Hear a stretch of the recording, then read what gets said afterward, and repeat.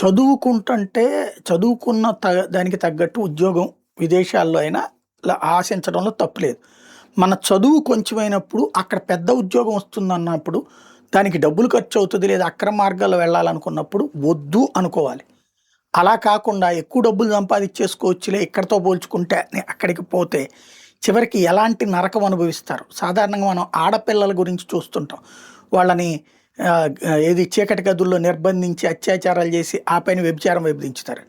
అదే సందర్భంలో మగపిల్లలకు కూడా ఇట్లాంటి కష్టాలు ఉంటాయి. వ్యభిచారం కాదు వీళ్ళ చేతన క్రైములు చేపిస్తారు. సైబర్ క్రైమ్స్ అన్నది ఏదైతే Myanmar alias Burma, Cambodia, Thailand ఇట్లాంటి చోట్ల జరుగుతున్నది. ఇది మన విదేశాంగ శాఖ జోక్యం చేసుకుని మయన్మార్లో ఉన్నటువంటి అట్లాంటి ఒక చైనా వాళ్ళ యొక్క పెద్ద గ్రూప్ అనమాట అక్కడ నడిపిస్తుంది. చైనా గ్రూపే ఇట్లాంటి వ్యవహారాలు నడిపించేది ప్రపంచవ్యాప్తంగా సైబర్ క్రైమ్స్.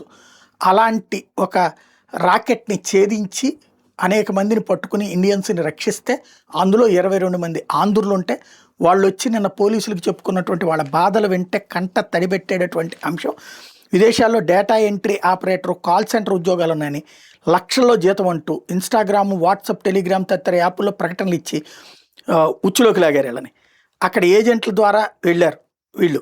దీంతో డబ్బులు ఖర్చు పెట్టుకుని మరి టూరిస్ట్ వీసా, విమాన టికెట్ పంపించి తొలుత థాయిలాండ్ తీసుకెళ్లారు. అక్కడ విమానాశ్రయాలు దిగాక ఈ చైనా హ్యాండ్లర్లు వచ్చి వీళ్ళ నాదీనంలో తీసుకున్నారు. వాళ్ళ దగ్గర ఉన్న పాస్పోర్ట్లు, ఫోన్లు తీసేసుకున్నారు. అక్కడి నుంచి 12 నుంచి 13 గంటల పాటు ప్రయాణించాక దట్టమైన అటవీ ప్రాంతం ద్వారా సరిహద్దులు దాటించి బర్మాలోకి తీసుకెళ్తున్నారు. ఎత్తైన ప్రహరీ గోడలతో జైళ్ల మాదిరిగా ఉండే కాంపౌండ్లోకి తరలించారు. వాడి చుట్టూ పెద్ద ఎత్తున ప్రైవేట్ సైన్యాన్ని పెట్టారు. అమ్మాయిల ఫోటోలతో ఇన్స్టాగ్రామ్, టిక్ టాక్ వంటి డేటింగ్ యాప్ల్లో నకిలీ ఖాతాలు తెరిపించడం, అమెరికాలోని ప్రవాస భారతీయులను గుర్తించి ఆ ఖాతాలతో ఈ అబ్బాయిల చేతన చాటింగ్లు చేయించడం, ఎవరైనా రిప్లై ఇస్తే హనీ ట్రాప్లోకి దించి పెట్టుబడుల పేరుతో వాళ్ళ ఖాతాలు మొత్తం ఖాళీ చేయించడం, ఒక్కొక్కరిని కనీసం $500 నుంచి $10 లక్షల మేర మోసగించాలి. ఇది వాళ్ళకి ఇచ్చే టార్గెట్. మయన్మార్లోని మయ్యవాడి, కేకే పార్క్ ప్రాంతంలో 7-8 సైబర్ నేరాల కాంపౌండ్లు ఉన్నాయట. ఒక్కో చోట ఒక్కో తరహా నేరాలు చేస్తున్నారట. కాంబోడియా, వియత్నాం, థాయిలాండ్లో కూడా ఇట్లాంటి కాంపౌండ్లు ఉన్నాయి. వాటిలో 10,000 మందికి పైగా భారతీయులే ఉన్నారు ఇప్పటికి కూడా బందీలుగా.